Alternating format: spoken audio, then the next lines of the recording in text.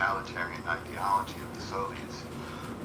By the way, I was with a bunch of journalists a couple nights ago who had covered Palestinians in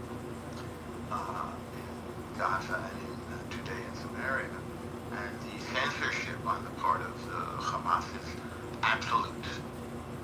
You're not permitted to show the war crimes that they're committing if you're working for, say, the AP, the Associated Press. You're only permitted to show Israel's response to the Hamas war crimes, and nor are you allowed to even say in your AP article that this report has been censored by Hamas. And the reason why is because AP reports I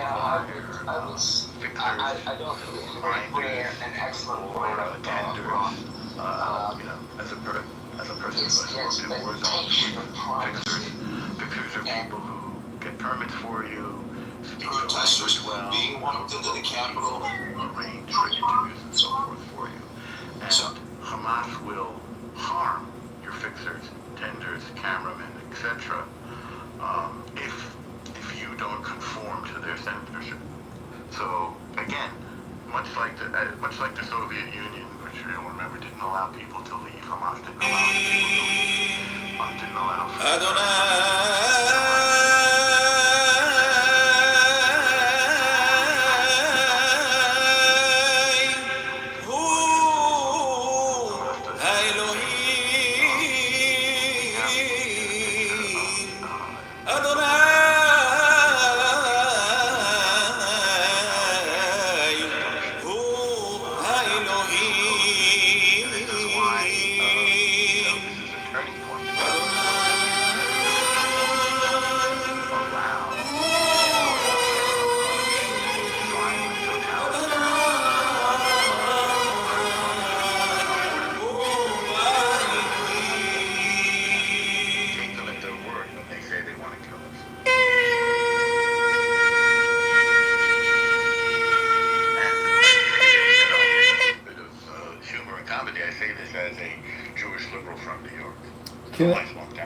I hate to break the bad news to a lot of people, but, life is war. And that is a hard thing to really wrap your head around because you want the world to be at peace.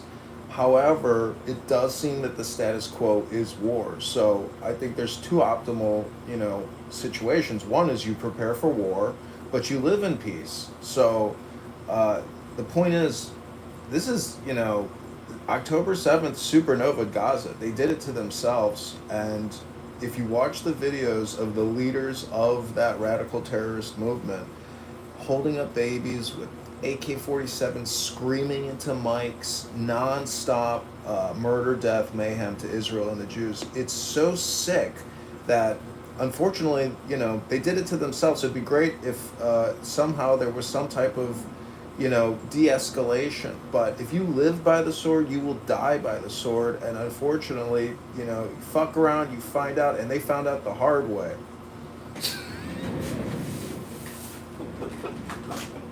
Yeah. I mean, October 7th, the tragedy of our losses resulted in an entirely new world order, really. Namely, that Israel emerges, at least in the Middle East, as a regional superpower. We exposed Iran as a paper tiger. We defeated Hezbollah, which actually had a greater military capacity than Hamas. By toppling Hezbollah, we then toppled... Zika works 24/7 to kill 99.9% of bugs trapped. And now we have to accept our role. No-brainer. No-brainer? America has to accept our role as the world leader and now act to compassionately and with little democratic values exercise our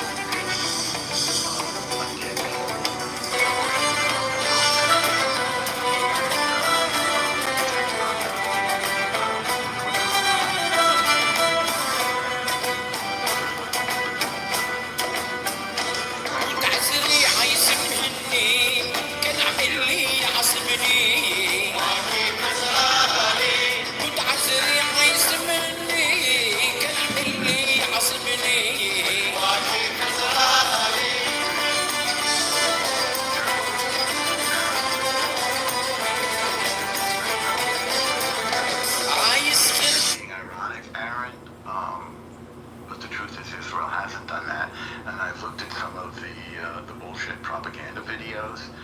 they are, from a journalistic point of view, they're just a bad joke. I would go so far as to say you can't show me one single IDF soldier who has sniped a Palestinian child. Now, that said, if that child is carrying a weapon, or if that child is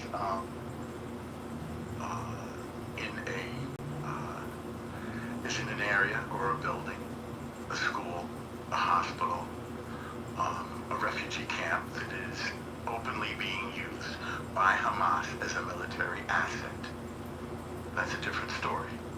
Because like him a lot. We all like him. Everyone knows President Macron of France, who's been with me from the beginning, one of the first people I met as a foreign dignitary, and I liked him from day one.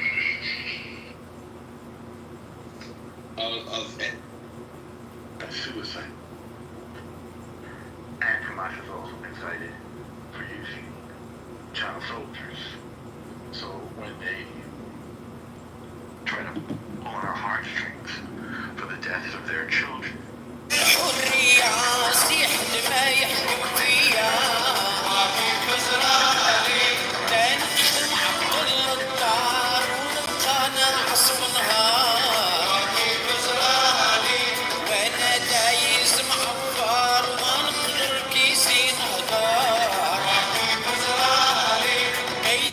so I present you because Aaron used to live with this man. I don't know if you're the Aaron that I know. Aaron said I don't follow the evil houses, but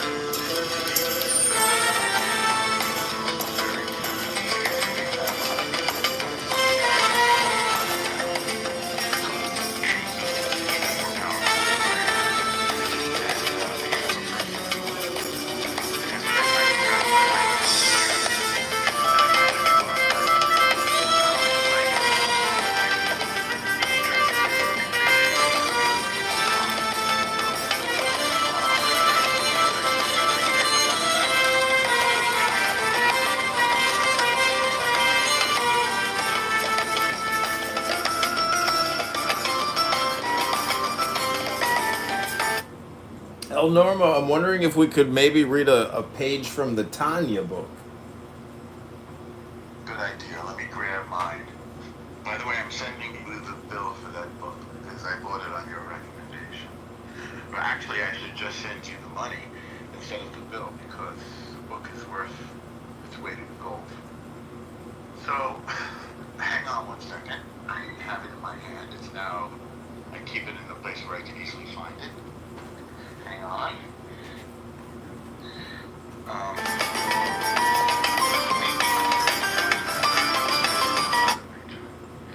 You're Lucius Lyon? I want to know that. Why didn't you say something? Do you like...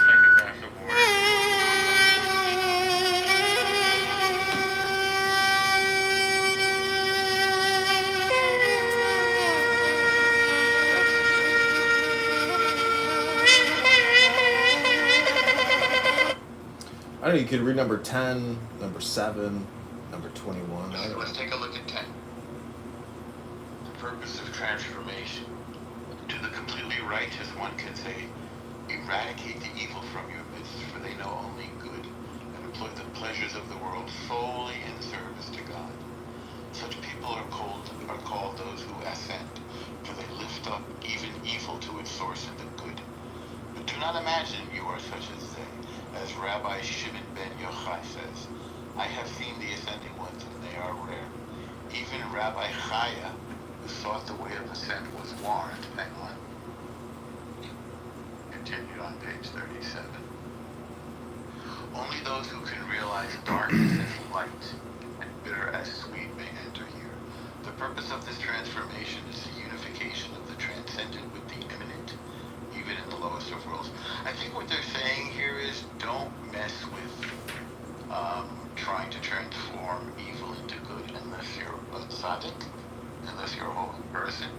Just focus on doing good until you get there. That's my takeaway from this. Do you want to read the sub notes or the commentary? Okay. Okay, so the first note is, only those who know the unity of opposites in God can achieve this awakening. The next note is, God is both the transcendent one and the immanent many. Immanent meaning dwelling within for those, I'm saying immanent, and I don't mean immanent, it's not the homonym coming soon, but immanent meaning residing within. The transcendent is called the Holy One, and is said to be the masculine side of God. The immanent is called Shekhinah, the presence of God, and is said to be the feminine side of God. Beautiful. The realization of God's non-duality, Shlemut, is called Da'at Devukut, the awareness of the unity of God, man, woman, and nature. Complete tzaddikim are those b'nei aliyah, those who have arisen. You heard it, if you were listening, you heard me mention that a moment ago. Who know that there is no darkness without light, or bitterness without sweetness, and who thus see all opposites as manifestations of God. This is Da'at Devukut, the realization that the Holy One and the Shekhinah are one. The complete tzaddik knows this innately, and the in-betweener has to attain it through disciplined practice. So this is very Tanya-ish, because it acknowledges that most of us are in-betweeners, as they say. Most of us are people somewhere along the road trying to make ourselves better. This is incredibly helpful, John. You're like changing my day just with this little bit. I salute you. And I'm going to put one of my little French railroad tickets that I saved from my travels recently to mark that page in the book. That's beautiful. Thank you, John. Yeah, I think if you want to counteract the negative neurolinguistic programming of this app that people condition themselves on, you got to read words of Tanya and Torah. Because that's the higher intelligence. So, that B'nai, is it B'nai Israel or B'nai is, anyways, it's, if you read B'nai Israel, yeah. Read that first part of the commentary, because there's 2 pages of commentary on that. Well, why don't you read it? I'm looking at the chat now, and, well, you can read that if you want. Aaron says it's an Orwellian fantasy. I don't get the fantasy part of it. This is literally what's happening in the world. I just reported facts. Why did Jacob become blessed with the name Israel? Well, it's when he won in his wrestling with God. And he was obviously a Navi, a prophet. Somebody says Anne Frank used a ballpoint pen. Anne Frank did not use a ballpoint pen. She used a fountain pen, as far as I know. The Gentile uprising is now. I don't see any Gentile uprising. What I see is the United States opposing China. Then I see a bunch of Nazi stuff, which I'll just take a moment and report as hate speech against race or ethnicity, advocating Nazi genocide.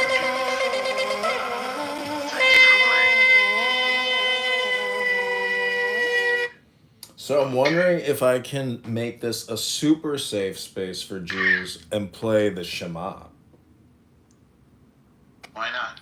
Constant reminders of your moderate to severe Crohn's disease or ulcerative colitis can make it hard to be there when it matters.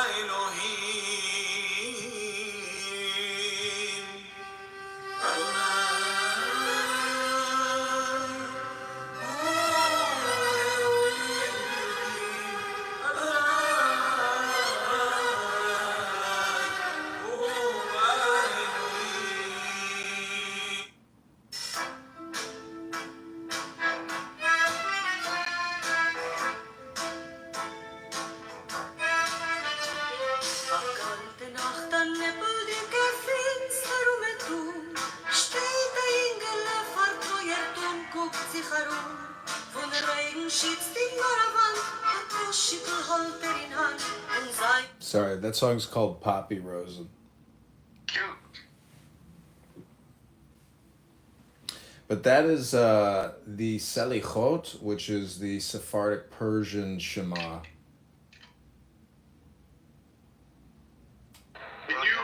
Can you play another? Bro, I'm cutting a line right now on my tractor, and you were playing that. I felt so amazing.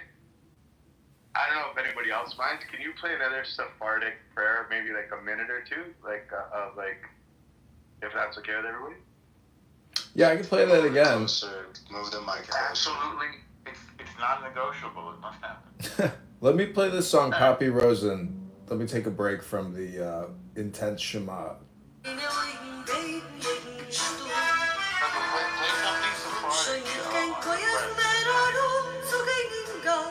Okay, let me go back to the playlist. That's important. Yeah, that Shema is very powerful. Most people have never heard that Shema. When I first came across it, I was like blown away at how amazing that Shema version is. I can play that same one again. You want to do that?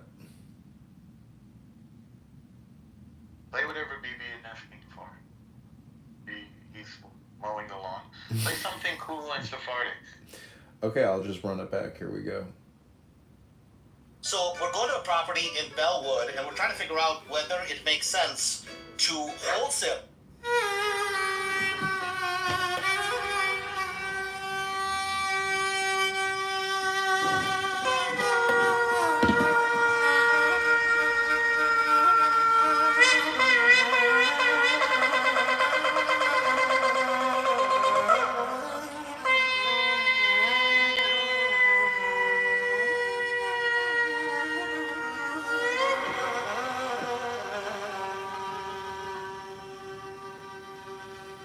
לאדוני אלוהינו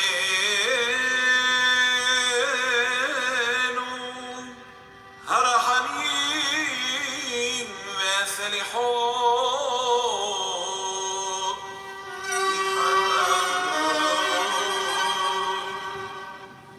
לאדוני אלוהינו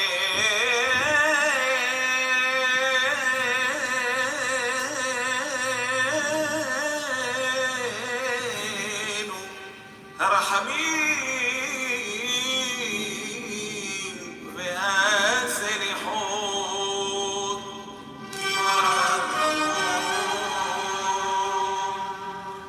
אל נא תשת עלינו חטאת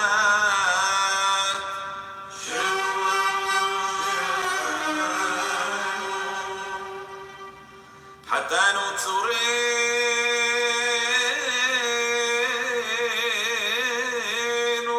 סלח לנו יוצרנו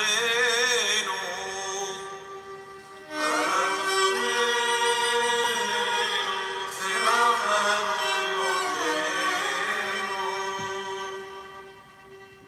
שמע ישראל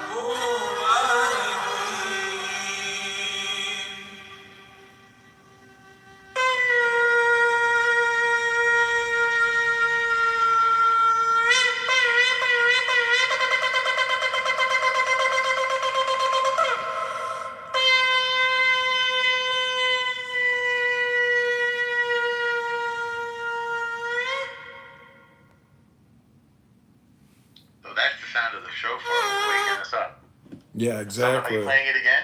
Yeah, you want to hear it one more time? I have another thing to play, which I think is good. Okay, great. Go ahead. Contributed by ECK in the chat. But that shofar is very inspiring, obviously. It's what we play as we're going into battle, or before we go into battle. And it's what we play on, or blow on Yom Kippur and on Rosh Hashanah to wake us up and to repent. And here I'm going to play something that ECK in the chat turned us on to, so I have to change my audio settings. Let's see. Yeah, it'll be above a normal high, and it'll have a setting that's Jewish. Say again. It'll be above like normal high, and then there'll be a setting that says Jewish. You're very funny. I know. It's music. I know. Music mode. But this is a cool Sephardic thing. By the way, I'm going to make a confession that when I was at the Kotel just recently on Shabbat and davening, the coolest, the most musical, and the most impassioned and flavorful service was the Sephardic service. So I was inexorably and helplessly drawn to the Sephardic minion. So that's it. I crossed over. Now I'm going to play this. Hang on now. Go.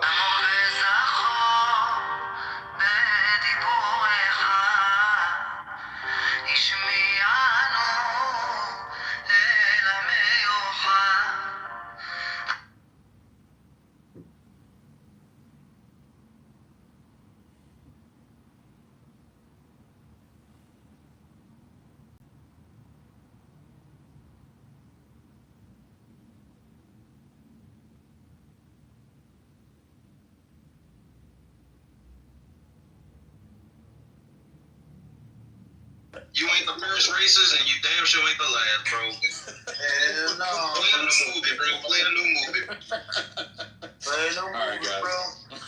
Hey, listen to this I ain't a fan. Get some new material, bro. That's yesterday's newspaper. Okay, I'm gonna put you to the kitchen. Racism's totally real. No, you just sit down, make some spaghetti and meatballs in the kitchen. You're not gonna.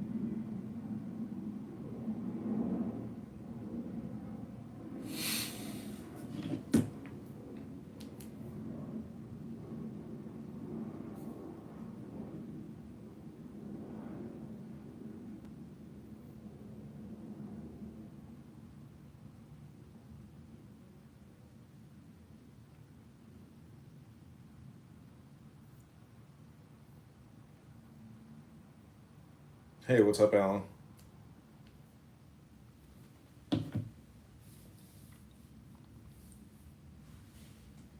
Let me look at the link you posted.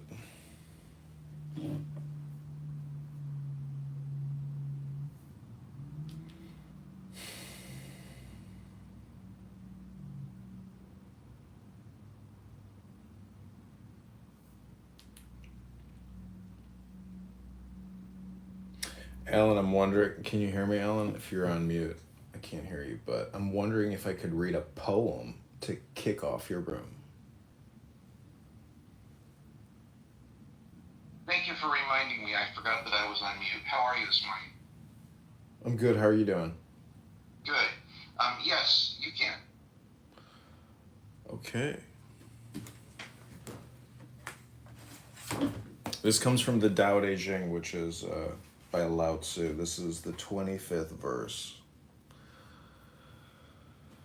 There was something undefined and yet complete in itself, born before heaven and earth, silent and boundless, standing alone without change, yet pervading all without fail. It may be regarded as the mother of the world. I do not know its name. I style it Tao, and in the absence of a better word, I call it the Great. To be great is to go on. To go on is to be far. To be far is to return. Hence, Tao is great, heaven is great, earth is great, king is great. Thus, the king is one of the great four in the universe. Man follows the ways of the earth follows the ways of heaven, heaven follows the ways of Tao, Tao follows its own ways.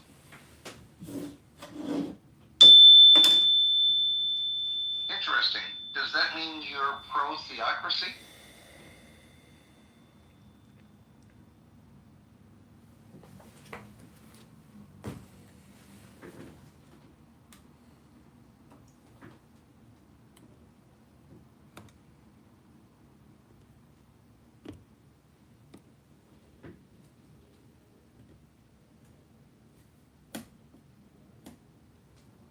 Oh, look, it's my friend, the trash bag.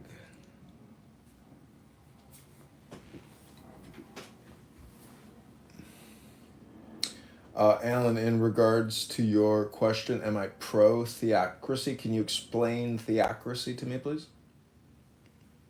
Just a second, but before I do, I just want to make sure I did get it right. You would have voted against the big beautiful bill. Did I understand that last night? Yes, I would have been. I would have voted no. Thank you. I'm sorry I didn't really put a fine nub on that last night. I meant to, and I got a nightmare that I failed to do that.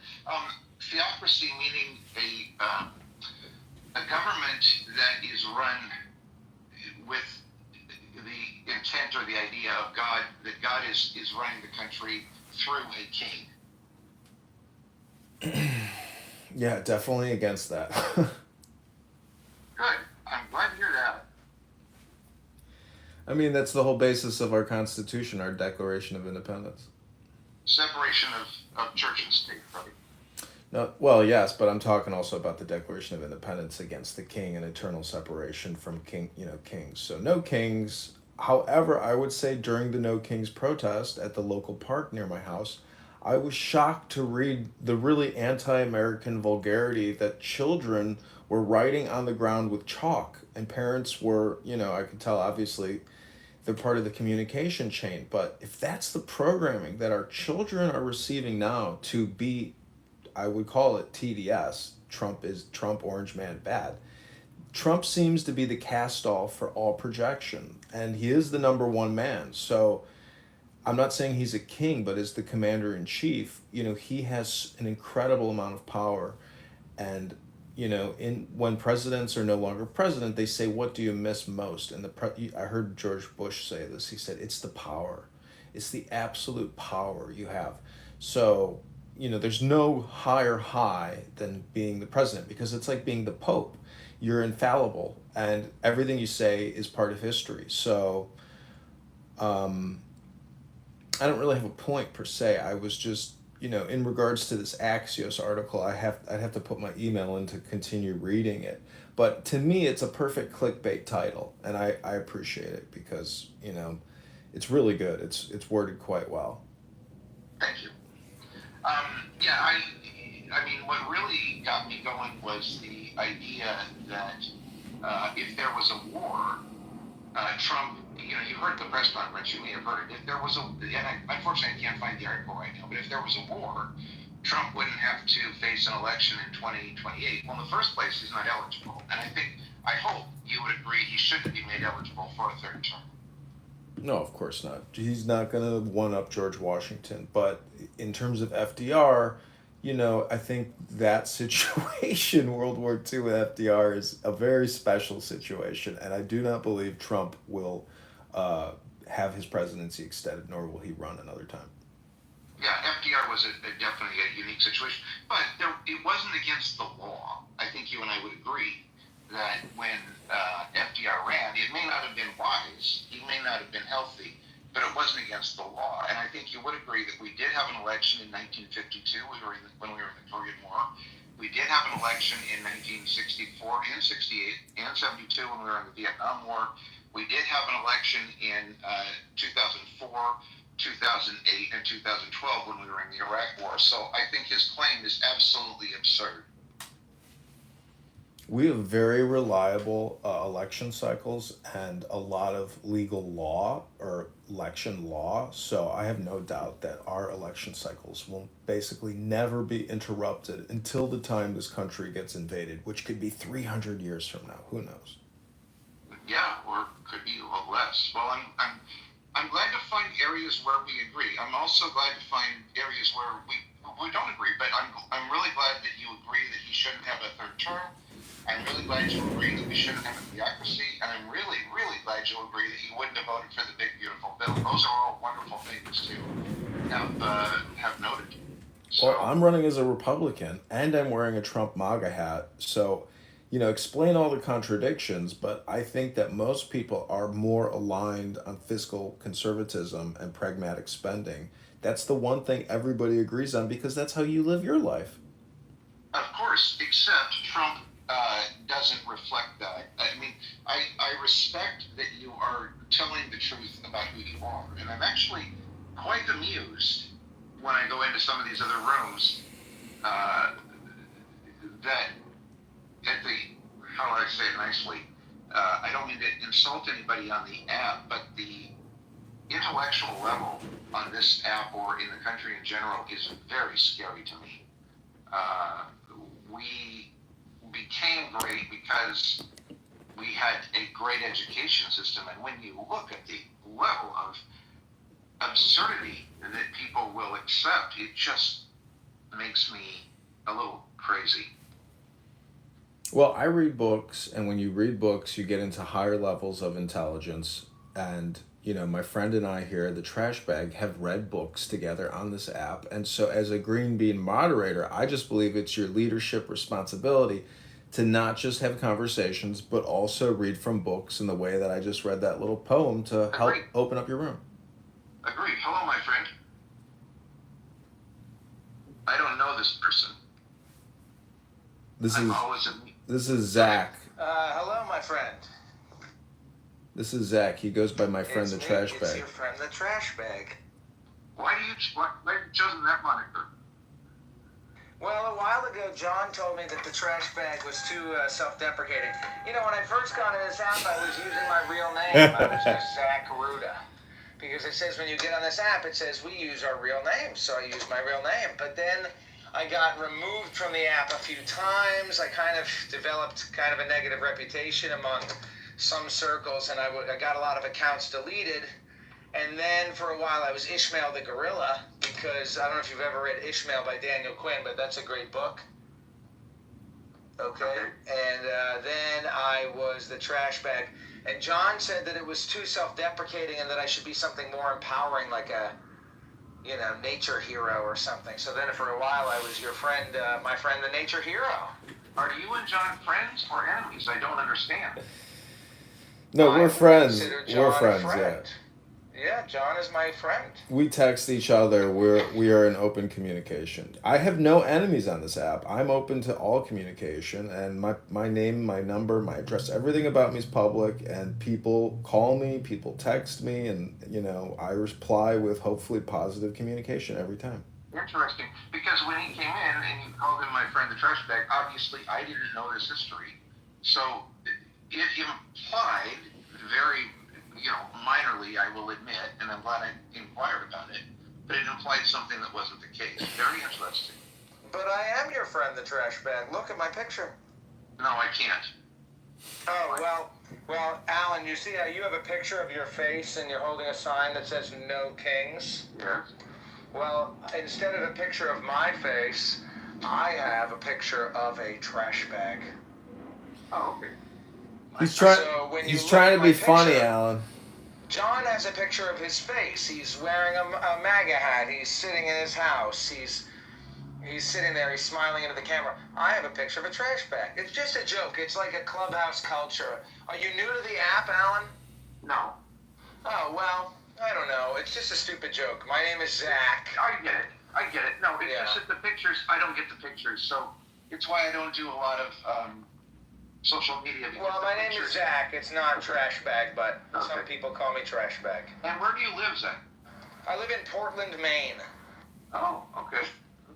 So are you contributing to the candidate's campaign? Am I contributing to John's campaign? That was my question, yes.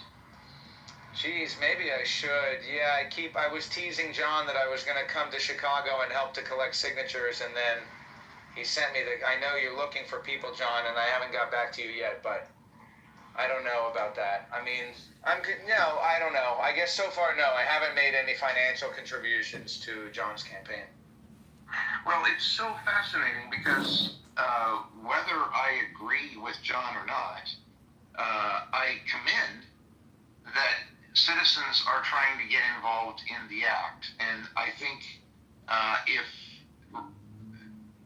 one thing is exciting to see in this particular time, it is that ordinary citizens are trying to step up and take a part. Whether we agree or not is not as important as the fact that people are making an effort. And in one sense, Trump may make America again because it'll make America involved again.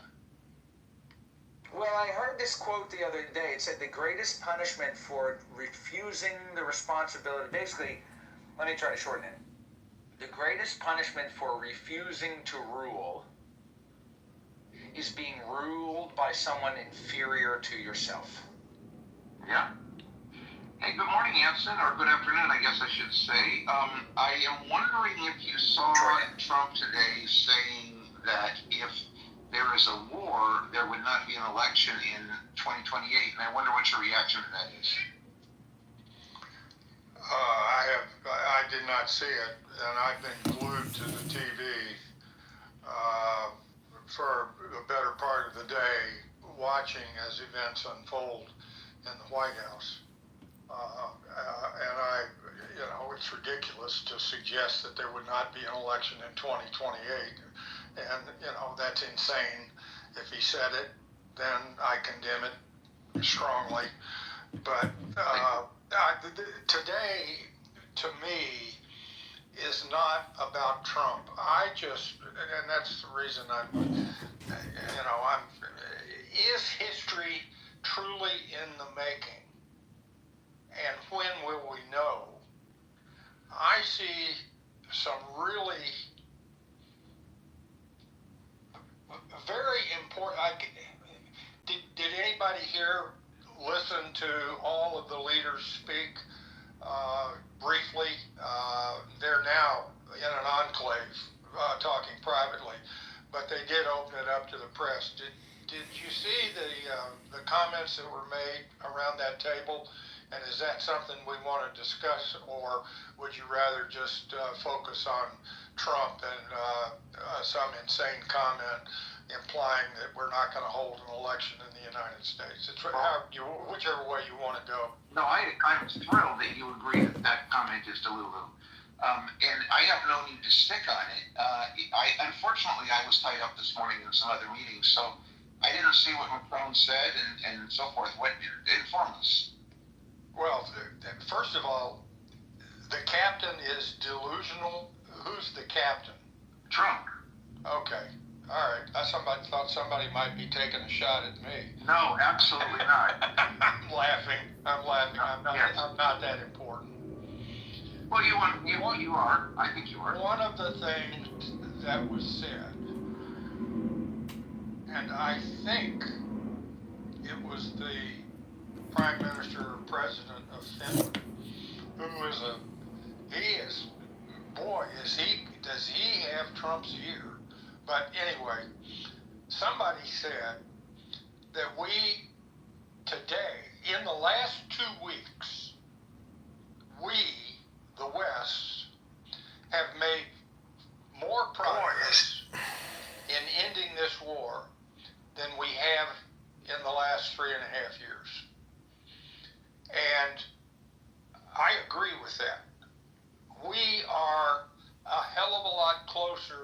today than we were a month ago, or 6 months ago, or 2 years ago, to finding a way to bring the end to this war. And today, the focus is not a ceasefire, which anybody can break and might or might not hold for a day, a week, a month, or a couple of years, but ending the war with a peace treaty that could arguably be ratified by the Senate in the United States and equivalent ratification across Europe. Are we, in fact, approaching we are approaching that possibility.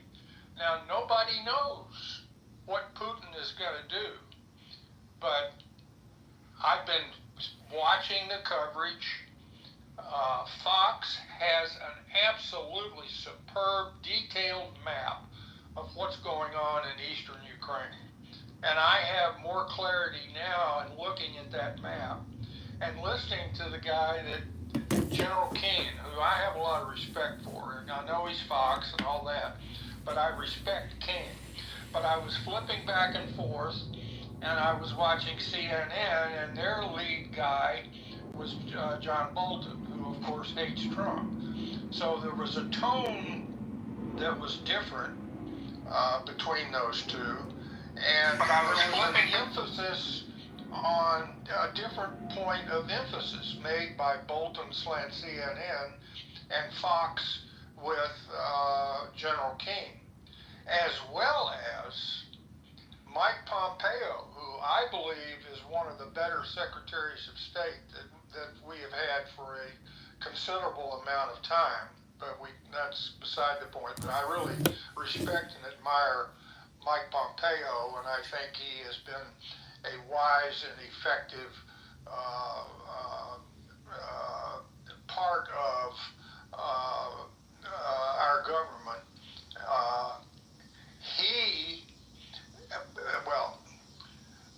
I'm waiting to see, I'm toying with, I don't know whether we're going to open the rational discussion room or not today, but I really am seeking a dialogue as to whether or not, in fact, history is in the making. When will we know?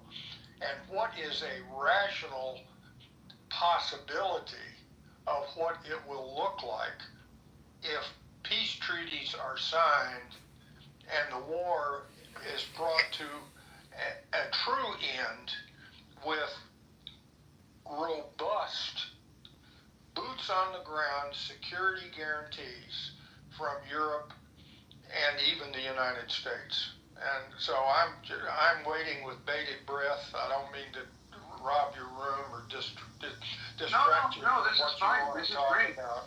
No. But this is my hope, my anticipation, and it has nothing to do with whether I like Trump or not, or whether he's a bombastic son of a bitch and an idiot for calling for no election in 2000. I mean, no, all that is just crazy. I'm instead focusing on what I just really, I guarantee you, last Friday when we were all when I was sitting around waiting for the press conference following the summit with Putin, and I told my companion as we were waiting, I said, we may see history in the making with this press conference. And after that press conference was over, I was so disgusted. I was outraged. It was a travesty. And there should never have been a press conference. Putin should never have been given the stage to give the speech that he gave standing by the President of the United States on American soil. Thank you. He wanted to give a press conference. He should have gone back to Russia and given his own goddamn speech. Thank you. And that was a travesty.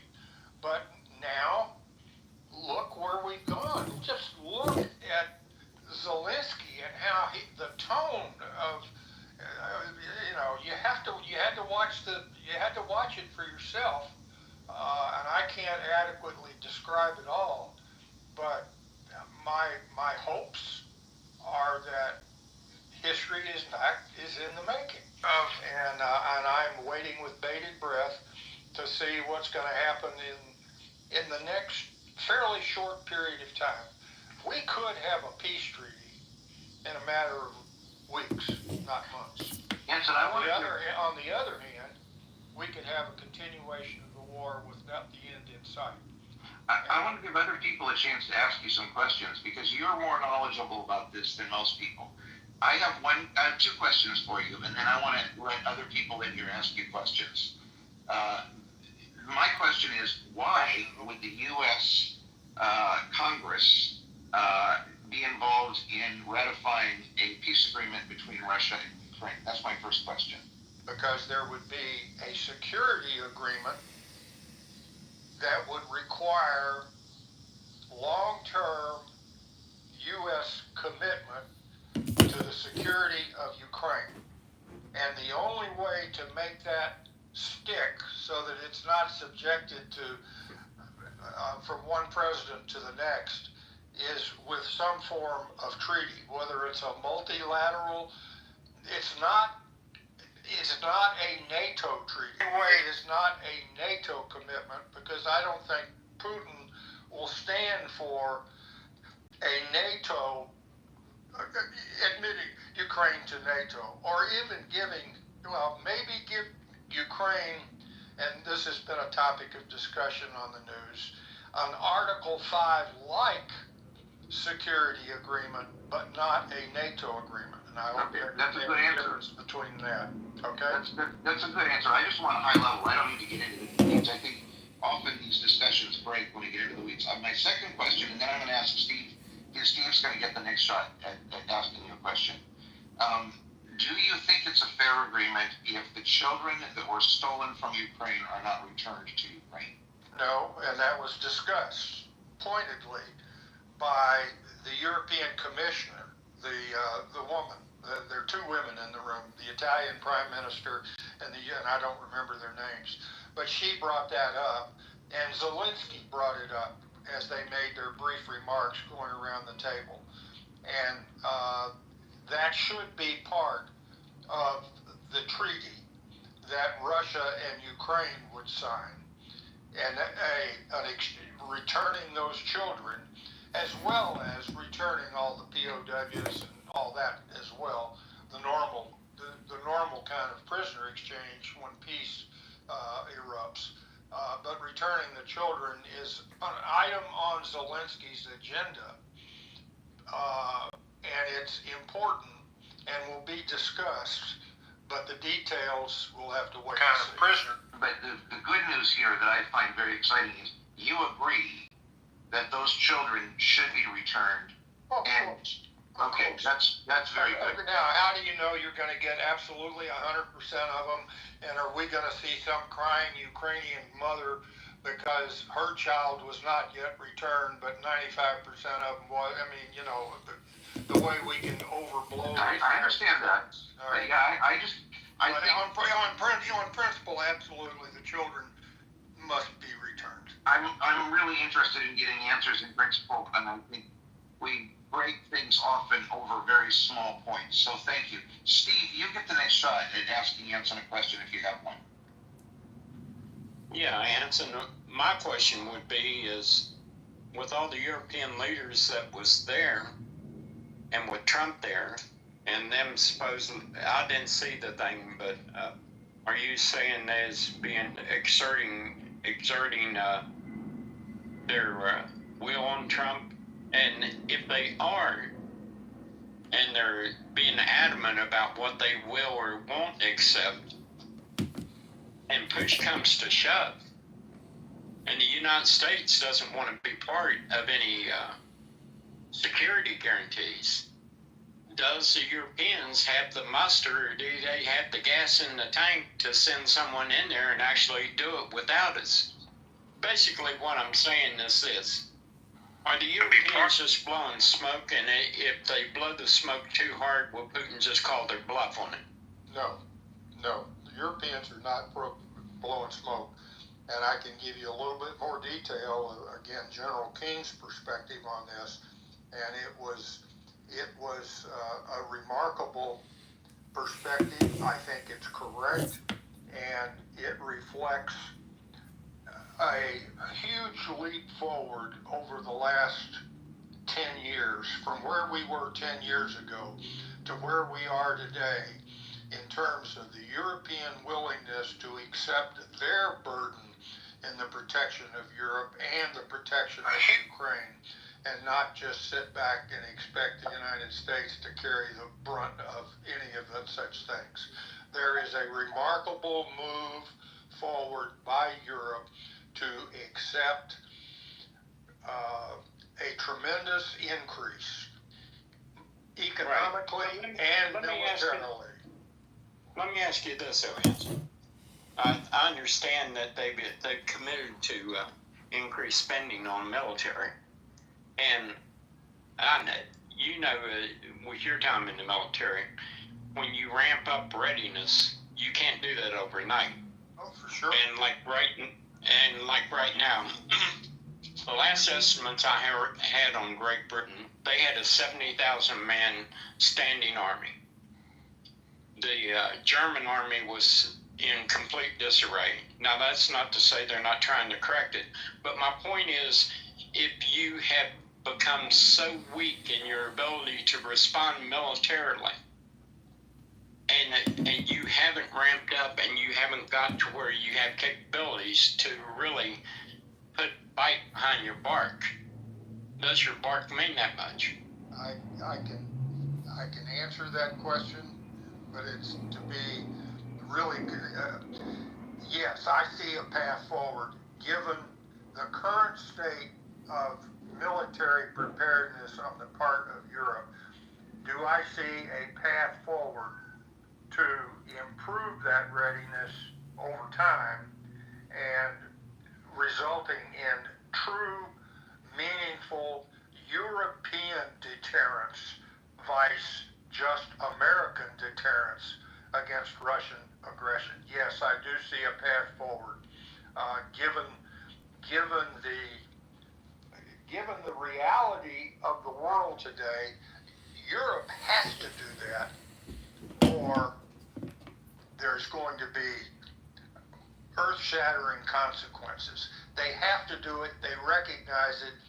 It's not going to happen overnight, but if they're starting to move in the right direction, it's like turning an aircraft carrier. It is hard and takes a hell of a lot of power and takes a long time to change the course of a huge aircraft carrier as opposed to a speedboat. So you're not going to see it overnight. But let me give you an example. And I learned this from General King today. Right now, the United States has 40,000 troops, 5 brigades. That's about 8,000 troops per brigade in Europe. Okay? That's not a whole lot of military power. The United States could very easily, and with essentially no cost, move 1 or 2 of those brigades into Ukraine. Now, whether I agree to that or not, but you don't have to move divisions. You don't have to, you don't have to move multiple air wings. You have to move tripwires that are European troops that, if attacked by Russia, would invoke NATO response because of the attack on Europe, not because of the attack on Ukraine. So, yes, there is a path forward. And I would also point out, Steve, that we are in, I read recently, given the drawdown in the munitions that we have been using to supply both Israel and Ukraine over the last several years. You know how long it will take to rebuild those stockpiles, given the current state of our military-industrial complex, just to get back to where we were in February of 2022? The answer is 7 years. That is not good. Now look at that depletion of our own stockpile. Forget Ukraine, forget Gaza.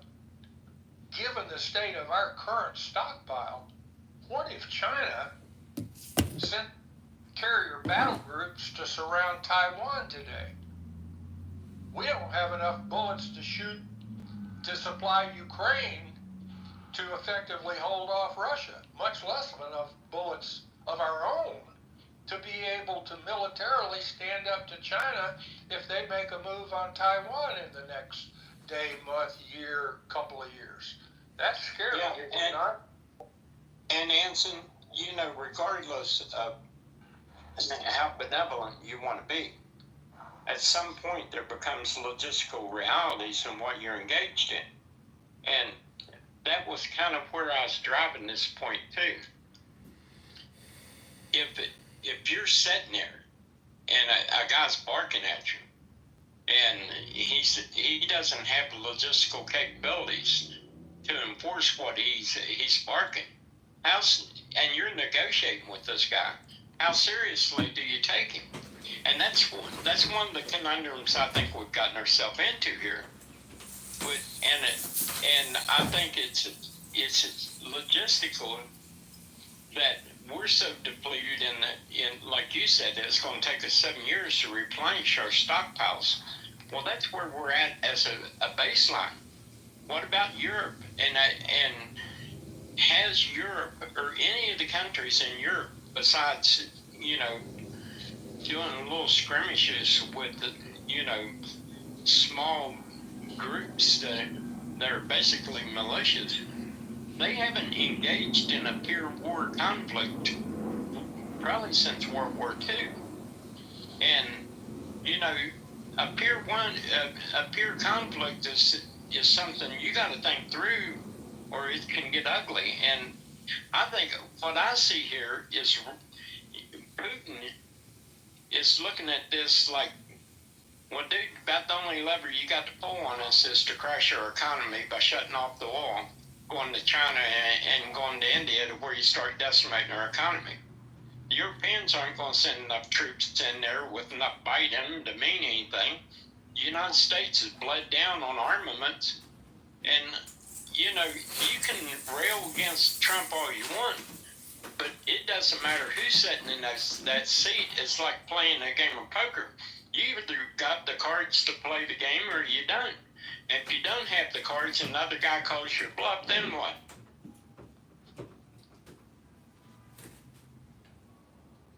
Anson, do you want to respond to that at all? Oh, yeah, sure. I've been engaged with my classmates over the weekend, and we just had a change of command at the Naval Academy. There was a lot of political turmoil. A woman was the first superintendent, and she got moved out early. She wasn't fired. She was actually promoted to a higher level job in Washington. But they brought in a Marine, and I watched the change of command ceremony, and oh my God.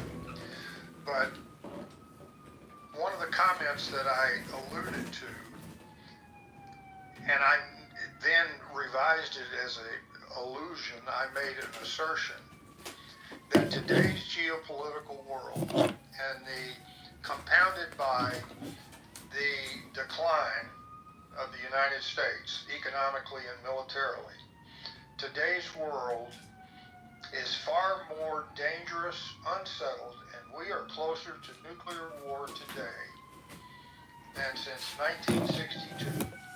And the entire time that I served on nuclear submarines during the Cold War, we are closer to nuclear war today than any time since 1962.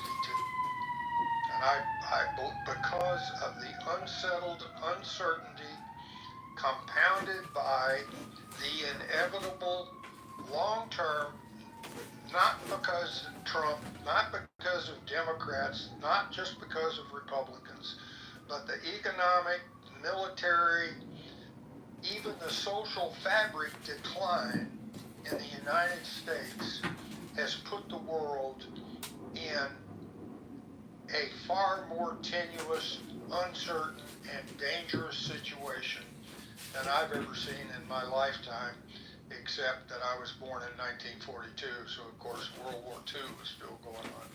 But that's where we are, in my opinion, and God help us, but we got to do something about it.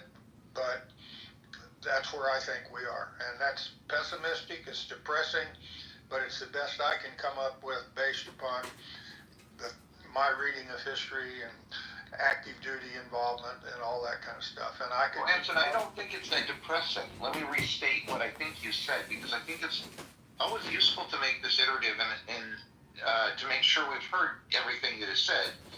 I think you have said, and I completely agree with you, and I was alive during this time as well, although younger than you, that 1962 was the most dangerous time in the world after the bombing of Hiroshima and Nagasaki. Are we on the same page so far? Sure. Okay. And you feel like the world, because of the changes in the world order, and perhaps the rise of China and the deterioration of economic stability in the world, that it is more dangerous than it's been since 1962. Did I hear you right? Absolutely. Exactly. Good. And that Europe is more capable of defending itself than, or helping Ukraine to defend itself than it has been since World War II. Did I hear you right on that? Yes. Europe has the wherewithal. I don't know if they have the political will and capability of doing it, but the European Union, I think, is the single, which is the bigger economy, the European Union, the U.S., or China, but they're all pretty damn close. And the European Union today spends 17% of their GDP or budget or something on defense, and 40% on their social fabric, social engineering, safety nets. Yeah. Okay? Europe politically is capable of changing that. It's capable. They have the economy. They have the education. They have the enlightened population. They have Europe that can pull themselves up and fix that kind of imbalance. Whether they have, just like the United States has done up until, the last 25 or 30 years maybe. I mean, after all, we had a balanced budget and around $1 trillion in debt 24 years ago, did we not? Yes. Look at us today. That's not just GOP, that's not just Democrats, that certainly isn't just Trump or just Biden or just Obama. It's the American fabric that is on the downhill slope. Europe can help fix that by contributing a far greater share of their ability to stabilize the world order. Steve, I don't think that's pessimistic, do you?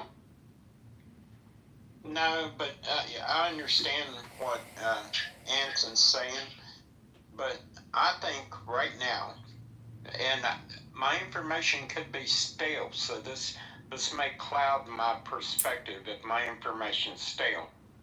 And I understand they've implied that it's going to start ramping up their military. But this slice of time that we're dealing with right now, not 5 years down the road when you got all the tanks you want, and you got all the missiles you want, and you got all the artillery you want now, and you start saying these kind of things to a guy that's been engaged in a bloody conflict and is sitting on a ton of nuclear weapons, and you start talking tough guy when you haven't got, it'd be like a boxer taking on another boxer that's that's been fighting every 6 months. He's ready to go. He's been fighting. He's tuned. He's ready. And your boxer is sitting there. He's been sitting on his butt. Hasn't been training. Hasn't been getting in shape. And then he says, "I'm going to get in shape." And a week after he starts training, he says, "I'm ready to take that guy on." Anyone that's ever trained athletes know that that's illogical. And that's kind of how I view Europe right now. Yep, I think this is really important, Alan, Steve, and everybody else. I think it's important. Yes, We cannot if the GDP drops 1% today in America, the roof blows off. But it may jump back up 3% tomorrow. I'm not looking at the immediate short-term give and take back and forth, even specifically the war in Ukraine. I'm trying to look at this thing over the longer term and what the trends are in. Now those trends I mentioned, I deeply feel that the fabric of America has declined dramatically, at least in the last 25 years. And we have to be able to do something about that. And it's not going to be just a big, beautiful bill or a Democratic response to it. It has to be viewed over a much longer period of time. And that's why I think history might be in the making, just maybe, because it is going to demonstrate, among other things, a European willingness with boots on the ground and signatures on treaties to accept a far greater burden for global stability rather than they're paying attention to their own social fabric to the exclusion of their responsibilities in terms of global stability. Does that make sense? Yeah, it does. But let me ask you this, Anson. I understand where you're going with that point, but to the point I was making about this narrow slice of time and negotiations that's transpiring inside that narrow slice of time, and the available cards that you have to play at this poker table, which is the negotiations. And this is what upsets me so bad, that people will start saying, "Well, he just give up, or they just folded, or whatever." Things aren't like that. If you know what your position is, and you know what the other guy's position is, there's a limited number of plays that you have available to you. It's not just like, you're not just going to walk in and tell Putin, "Well, you're just going to stop shooting today." That ain't going to happen like that. There has to be some kind of leverage involved, and everybody involved in this is going to have to bring some kind of leverage to persuade him. That's my point. Oh, absolutely.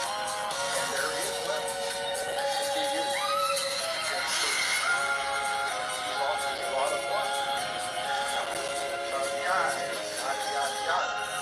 But Russia, I don't know exactly what the state of their economy is. I certainly don't know what the status of their ammunition supplies, their ability to continue to recruit criminals and man the battle line. I thought I shared the hope last Friday that Putin would be more willing than he was, because he truly was tired of war, and in fact his country steam and the Russian engine was running dry. That was not the result, and Putin stood his ground. And there's going to be a conversation, a phone call after the meeting today in the White House. Trump said he was going to call Putin again, and he was going to push for a trilateral agreement, trilateral meeting sometime really soon. I don't know whether that's going to happen or not, but there is leverage to be used against Russia, but it has to be used with tremendous unity and resolve, not just words, not just bullshit around the conference table, but there has to be real demonstration of resolve by Europe and the United States to stand united to repair the fabric of both entities, the European Union and America, to be able to stand much taller than we have in the last 25 years in order to achieve effective, meaningful, and lasting deterrence against not only Russia, but China, Iran, North Korea, and Russia combined. That's the historic, I'm hoping to see a little bend in the trend of history, to see perhaps an uptick, what has been a negative trend, an uptick in the right direction. And I think maybe we can get an indication of that sometime pretty quickly. I know that's what Trump is trying to do. Though he doesn't say it. When he tries to say it, he gets bombarded. But I know that that's what America is trying to do. And I hope the guys are able to pull it off, along with a true, meaningful partnership with the European Union. So that let's try to talk about Congress is currently debating spending cuts alongside extending the tax cuts. The first piece of that is that Europe united against the political will to stand with Ukraine, not Russia, right? Exactly. And Steve has Not only united, but united in strength. If the Brits have 70,000 troops, that's divide that by that's 10 brigades maybe. That means Britain puts a brigade or two on the ground in Ukraine on the line of battle as a tripwire in case Russia violates either a ceasefire or more likely a peace. Yes, as I understand it, Steve has two very different concerns about Europe. You have been confident and thorough, I think, in addressing one of those two concerns that you can, which is their military readiness. And I think what you said is they are perhaps more militarily ready than we may think, and more militarily ready than they've been since World War II. The piece you cannot address, of course, and no one in their right mind would expect you to, is the political will of the Europeans. Do I understand? Yes, I'm distracted a bit because I've got a real bone to pick with somebody in your audience. So I'm paying attention to what she's saying in the chat. But yes, I think I agree with what you just said, Alan. Okay. Alan, could I just mention one other thing? You know, you do an accounting on your inventory. So everybody, it's like July. from years ago versus today. How many more planes do the Germans have? How many more artillery pieces do the Germans actually have in inventory?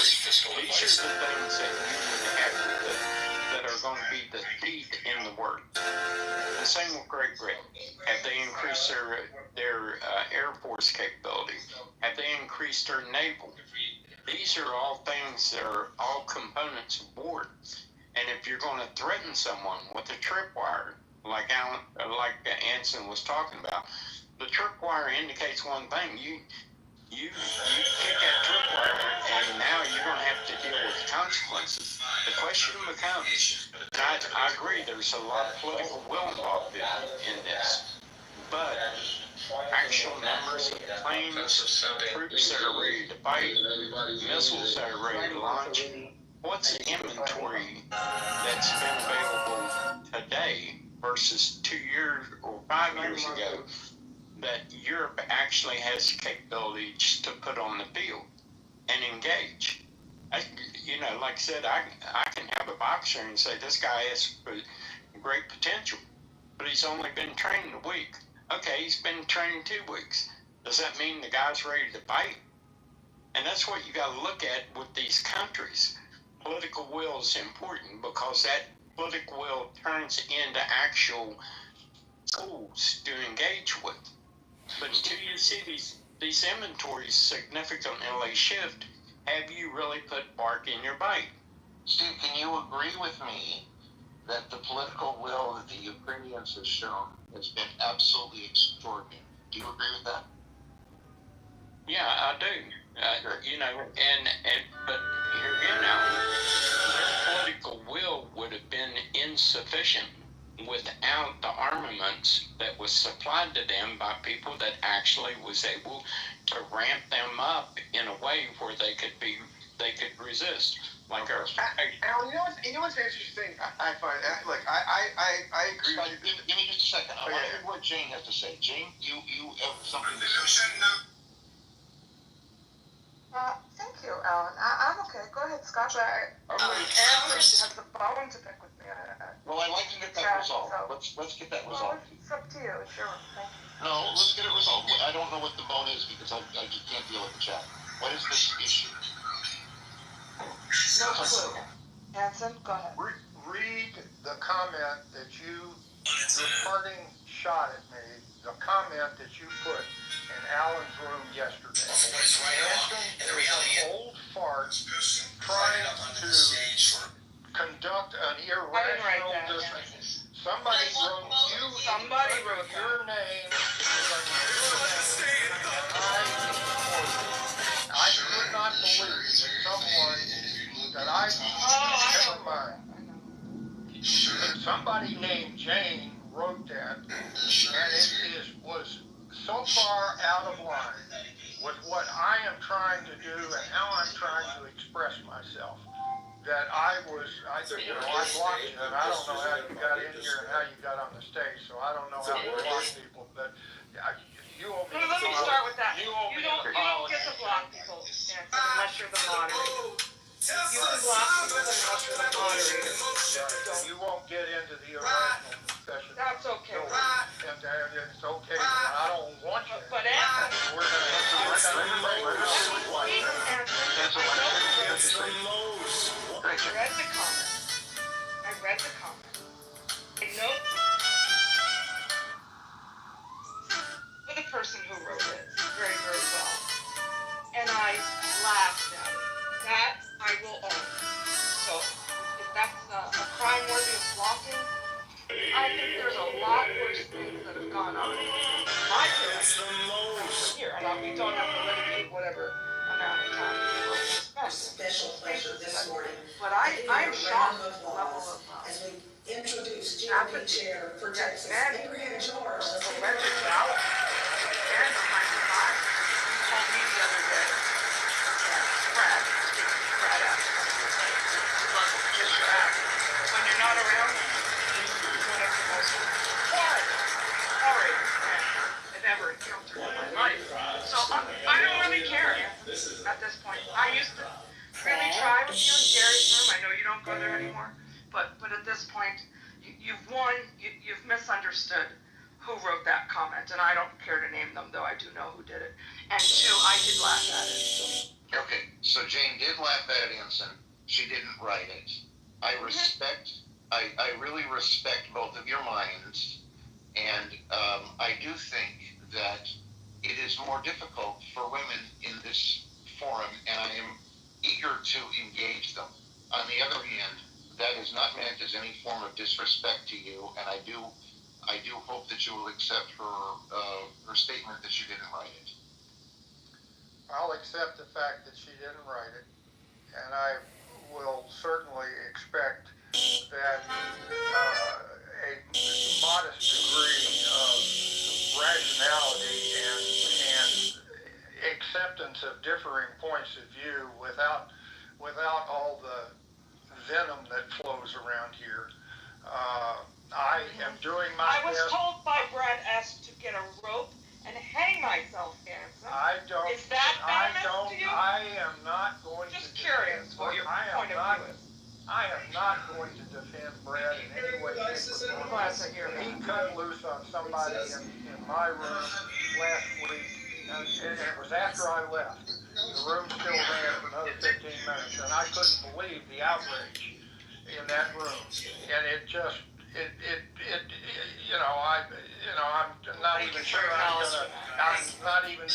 gonna reopen the room again. Because if it devolves to that kind of crap, then it is anti-ethical to everything I'm trying to do on Clubhouse. Okay, I respect both of you, and I apologize on behalf of the room for allowing that comment to stay. I remain steadfast in my commitment to there being only one major issue facing. We don't give Congress fiscal advice. We don't give Congress. There was a lot going on yesterday. I think in general it was a good room, and I think as we go through what is undoubtedly a very difficult time in coming to common ground, I am extremely eager to find common ground, and I'm grateful to both of you for engaging in this conversation. I will try to protect both of you verbally. I can only do what I can do in the chat. Is that fair to both of you? I don't know how I'll see if I can unblock Jane, but I want to have rational conversations without all the clubhouse TDS MAGA bullshit. We've got to break this goddamn log jam, and I am committed to giving it my best shot. And you're doing a good job. And it's pissing me off that I'm unable to do it. Well, you're doing a good job, Anson. It's hard. It's a hard thing to do, and I've been working at it as well. And getting along with people is difficult. As I said to one of our people on the stage yesterday, and he knows who he is, we were told by the Apostle Paul to bear with one another, and that is hard work. And I am eager to help everybody do that. Thank you for allowing me to unload here a little bit with Jane, and thank you, Jane, for at least acknowledging that I'm trying to move in the right direction. And let's get back on topic and see if we can figure out whether is this a history-making event today, starting last Friday, going on. Is it a history-making event? When will we know, and what will it look like? And what will that mean for the world writ large in the coming years, not days, weeks, or months? That's what I'm trying to figure out now. Thank you. Now, candidate, you have been, and I very much appreciate how quiet you've been and how you participated in the discussion. You are hoping to serve in Congress. And I would be curious to know what questions you might have for Anson based on the last 15 minutes of discussion.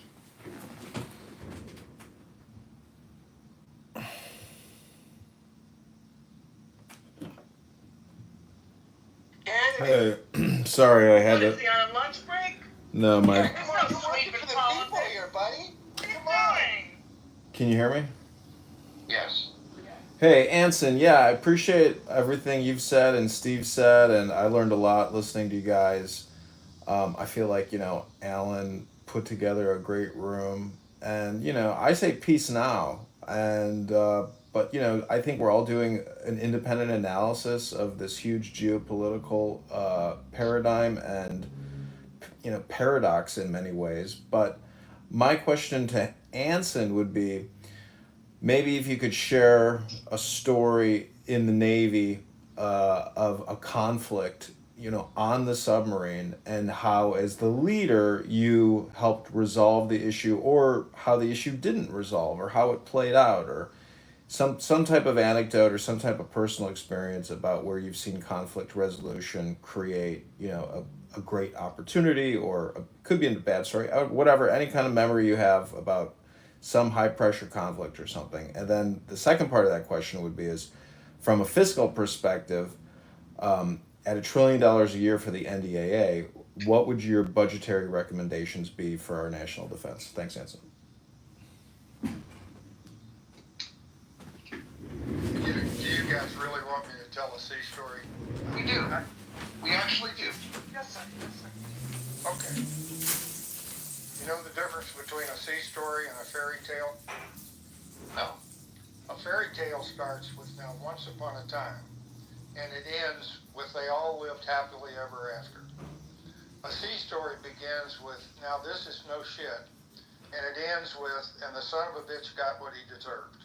Okay, we like that. Okay. Here's a short story, and it's bragging a little bit, but it's a short story of successful leadership. I was the commanding officer of a nuclear submarine, an attack submarine. I trained my crew very hard. I ran drills all the time. I set very high standards, and I was a tough skipper. I wasn't a tyrant, but I was tough.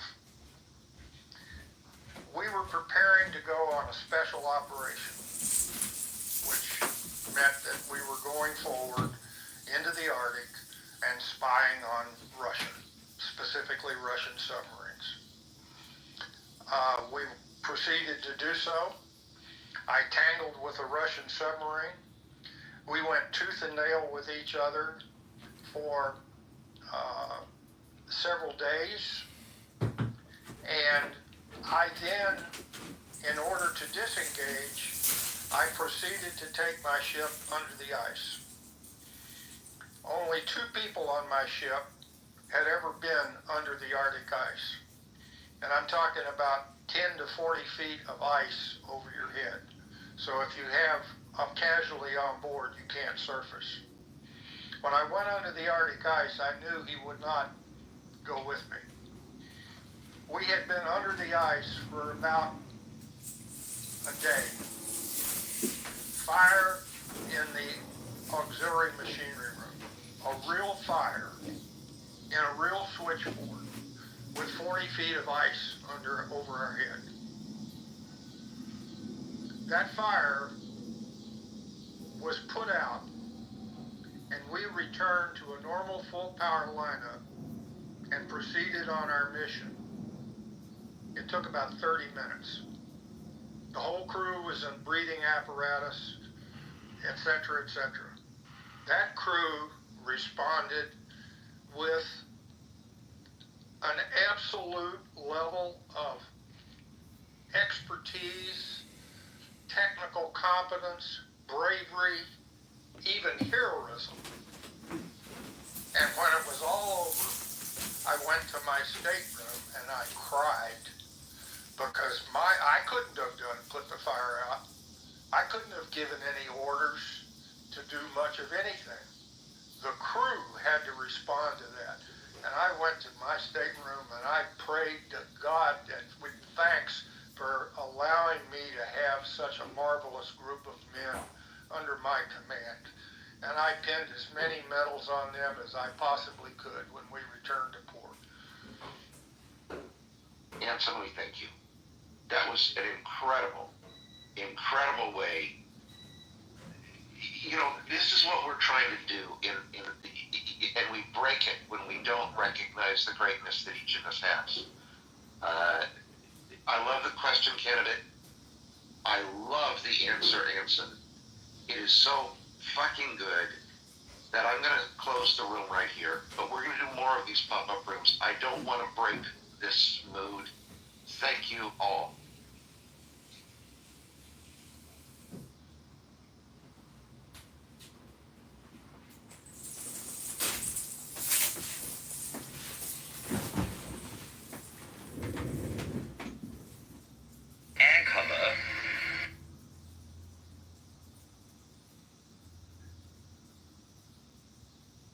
Me.